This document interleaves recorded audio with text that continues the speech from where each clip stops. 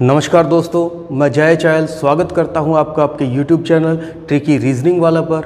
दोस्तों, वैदिक मैथ भी हम रीजनिंग के साथ साथ पढ़ रहे थे, क्योंकि रीजनिंग के साथ हमें वैदिक मैथ का आना भी बड़ा ज़रूरी है और इससे हम कोई भी लेंथी सवाल बहुत ही कम समय में कर पाते हैं और इसीलिए हम वैदिक मैथ का सहारा लेते हैं। हर एग्ज़ाम में आपको वैदिक मैथ आना ज़रूरी है। इसमें बड़े से बड़ा गुणा, बड़े से बड़ा भाग या मल्टीप्लाई आप बहुत ही कम समय में कर सकते हैं आप, और आपको ये आना चाहिए। और ये इसलिए नहीं आना चाहिए कि एग्ज़ाम में आता है, नहीं, ये आपको अपने रियल लाइफ के लिए भी ज़रूरी है। बहुत अच्छा कंसेप्ट है, मैं इस पे वीडियो बनाता रहता हूँ। कुछ एक वीडियो वैदिक मैथ के मैंने बना लिए हैं, आप मेरे चैनल पर देख सकते हैं ट्रिकी रीजनिंग वाला पर। और इसी क्रम में, इसी कड़ी में एक और वीडियो मैं वैदिक मैथ पर लेकर आया हूँ, जिसमें मैं आपको अंत में जिस संख्या के 5 होगा उसका मल्टीप्लाई करना सिखाऊंगा। कैसे? जैसे 15 गुणा 15, यानी जिसके अंत में 5 होगा उसकी स्क्वायर या उन दोनों का मल्टीप्लाई कैसे होगा। जैसे मैं यूँ भी तो कह सकता हूँ कि 15 की स्क्वायर, तो ऐसे ही तो होगा 15 की स्क्वायर, 15 गुणा 15। और इसी प्रकार से अगर मैं कहूँ 25 की, और फिर मैं कहूँ 35 की स्क्वायर, फिर मैं कहूँ कि 45 की स्क्वायर निकालना कैसे होगा। या मैं कहूँ, किसी ने पूछ लिया 55 गुणा 55 कितना होगा, तो क्या मुझे आता है।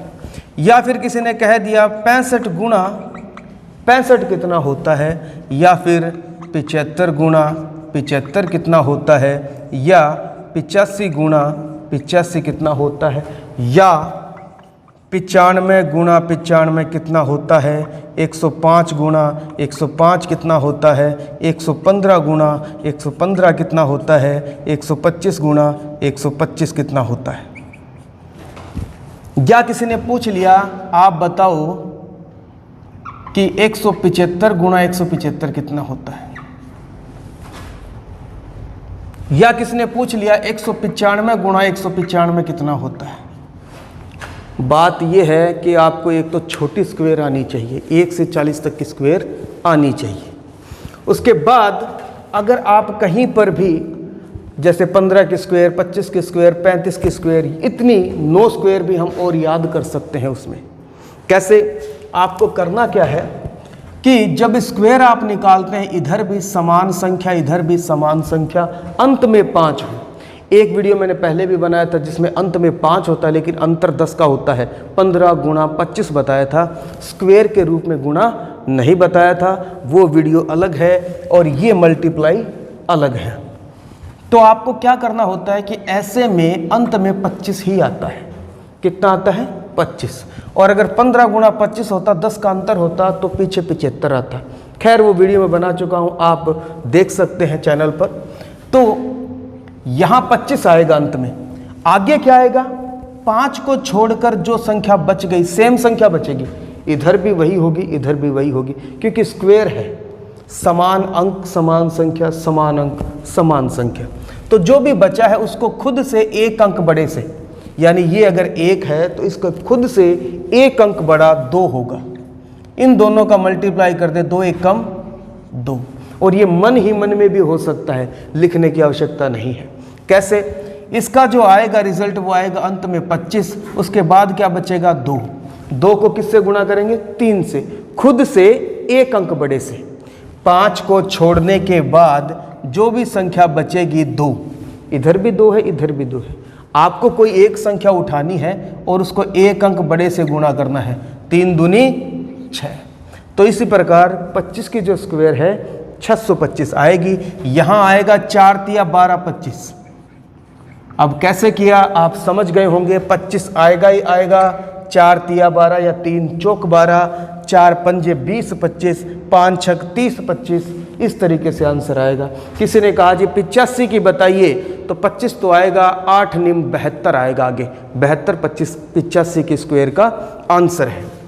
खैर, मैं लिख देता हूँ 4 पंजे 20 25, ताकि समझने में दिक्कत ना हो।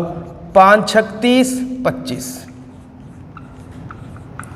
6 साते 42 25, 7 8 56 25, 8 निम 72 25, 9 धाएँ 90 25, 10 11 110 25। कई बार आगे चलने के बाद मल्टीप्लाई थोड़ा कठिन भी हो सकता है। 11 × 12 132 25, 12 × 13 156 25। बस ये आना चाहिए आपको आगे का मल्टीप्लाई, और ये भी मैं करना बता दूंगा अभी यही करना बताऊंगा इसी वीडियो में कि अगर आप 9 × 10 से आगे नहीं बढ़ पाए कि मैंने 10 × 11 कैसे कर दिया, 11 × 12 कैसे कर दिया, 12 × 13 कैसे कर दिया, 17 × 18 भी होगा, 19 × 20 भी होगा, 380 25 आएगा इसका आंसर। 19 दूनी 38, 380 25। लेकिन अगर आपको ये गुणा नहीं आया, 25 तो आपको पता है कि अंत में आएगा, लेकिन यहाँ पर क्या वैल्यू आएगी आपको पता नहीं, क्योंकि मल्टीप्लाई थोड़ा सा कठिन हो गया, 18 × 17 हो गया। तो 2 ट्रिक बताता हूँ। 18 × 17, पहली बात तो ये कि आपको या तो 17 की स्क्वायर आती हो या 18 की स्क्वायर आती हो। करना क्या है, या तो आप 17 की स्क्वायर प्लस 17 कर दो, क्योंकि 17 को 18 बार जोड़ना ही तो है। 17 को 17 बार जोड़ना, 17 की स्क्वायर हो गई, 17 17 17 17, 17 टाइम्स आप उसको जोड़ें। इसको शॉर्ट में करने के लिए 17 × 17 होता है। ऐसे ही ये कहता है कि 17 अब 18 बार है, 17 बार नहीं है, 18 बार है, और 18 17 बार है। तो मुझे क्या करना है, या तो 17 की स्क्वायर कर लें, लेकिन ये तो 17 × 17 ही हुआ। करना क्या है, 17 × 18, तो एक 17 कम है उसको जोड़ दें, यानी कि 289 + 17 जोड़ना है आपको। अगर आप इसको जोड़ना चाहें तो जोड़ लें। 9 7 16 का 6 हासिल पाई 1, 306 आएगा। दोबारा देख लीजिए, 9 7 16 का 6 हासिल पाई 1, 8 और 1 9 और 1 10 की 0 हासिल पाई 1 2 और 1 3, 306 25 आएगा इसका आंसर। या फिर मैंने आपको कहा कि आपको 17 की स्क्वायर ना आती हो तो आपको 18 की स्क्वायर आती हो। 18 की स्क्वायर यानी कि 18 × 18, कितना किया मैंने, 18 × 18 कितना होता है, 324। लेकिन ये तो मैंने 18 को 18 से गुणा कर दिया, एक 18 ज़्यादा ले लिया, तो -18 कर दीजिए, उत्तर 306 ही आएगा। तो दोस्तों ये मल्टीप्लाई भी आप सीखें कि अगर आपको 2 संख्याओं का गुणा करना है और उनमें से एक का स्क्वायर आपको आता है, तो अगर आप ज़्यादा बार जा रहे हैं तो कम कर दें, कम बार जा रहे हैं तो ज़्यादा कर दें। तो यही इसका कंसेप्ट है। आप किसी भी तरीके से इसको कर सकते हैं, लेकिन ये कंसेप्ट जो अंत में 5 है स्क्वायर पर लागू होता है, और स्क्वायर पर लागू होता है तो आगे वाले अंक को एक अंक बड़े से गुणा करना पड़ता है। और अगर आपको कहीं आप इस तरीके से अटक जाए तो आप ये कंसेप्ट भी कर सकते हैं। अभी मैं दोबारा बता देता हूँ कि मैंने क्या किया है। मैंने कहा कि 18 × 17 पे मैं अटक गया, हालांकि मेरे को पता था 306 होता है, लेकिन प्रूव करने के लिए कहीं हुआ नहीं। मान लीजिए आपसे 205 × 205 ही करना है, तो आप क्या रिजल्ट में आएगा 25? बिल्कुल आएगा, क्योंकि अंत में 5 है। आगे क्या है 20, इसको 21 से गुणा करना है। हालांकि तो 21 दूनी 42, 420 ही होता।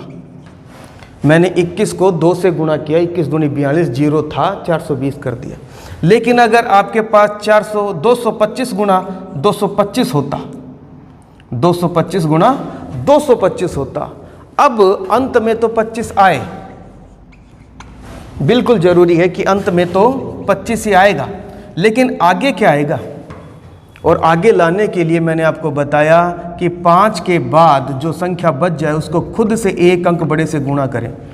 22 × 23 करना है। या तो आपको छोटी संख्या का स्क्वायर आता हो 22 का, 484, लेकिन अगर आप 22 को 22 से गुणा करेंगे, 22 को 22 से गुणा करेंगे तो 484 आता है। लेकिन वो तो कहता है 22 को 23 से गुणा करना है, एक 22 और लेना है, एक 22 और लेना है, तो आपको यहाँ आएगा उत्तर 506। इसका आंसर आएगा 225 की जो स्क्वायर होगी यानी कि 225 गुणा 225 होगा, वो आएगा 506 25, 50,625।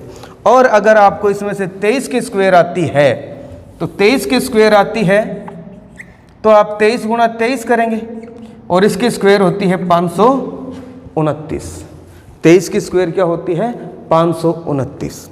लेकिन आपने 23 को 22 से गुणा करना था, कर आपने 23 को 23 से किया है, तो आप एक 23 कम कर दें। 9 में से 3 जाएगा 6, 12 में से 2 में से 2 जाएगा 0, 5 का बचेगा 5 और वही उत्तर आएगा 506।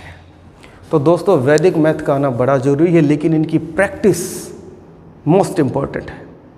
ये चीज़ें आपको एग्ज़ाम में बहुत आगे ले जा सकती हैं, लेकिन शर्त यह है कि आप इनकी रोज़ प्रैक्टिस करें। इसको दवाई की तरह सुबह दोपहर शाम लें।